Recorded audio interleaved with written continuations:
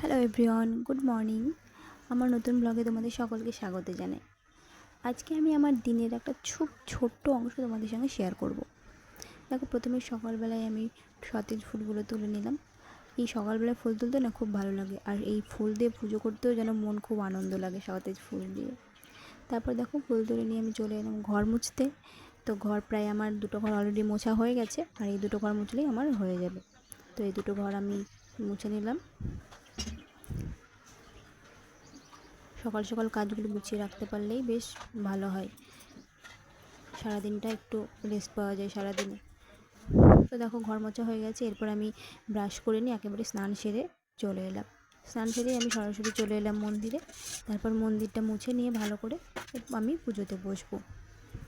এদিকে দেখো, আমার পুজো প্রায় শেষের দিকে, পুজো হয়ে গেছে। এবার আমি চলে গেলাম ঘরে। তারপর মাথা আঁচড়ে সিঁদুর পরে নিয়ে আমি একদম তৈরি হয়ে পুরো রান্নাঘরে চলে যাব। সেখানে গিয়ে আমি প্রথমে দেখো জল গরম করে একটু হরলিক্স খেয়ে নেব। তার জন্য হরলিক্সটা প্রিপেয়ার করে নিচ্ছি। ব্যাস, আমার হরলিক্স রেডি। তো খেয়ে নিলাম। তারপর আমি রান্না করতে চলে এলাম উনুনে। এরকম মাছটা প্রায় ভাজতে দিয়ে দিলাম। এদিকে আমি সবজিগুলো কেটে রেখেছি।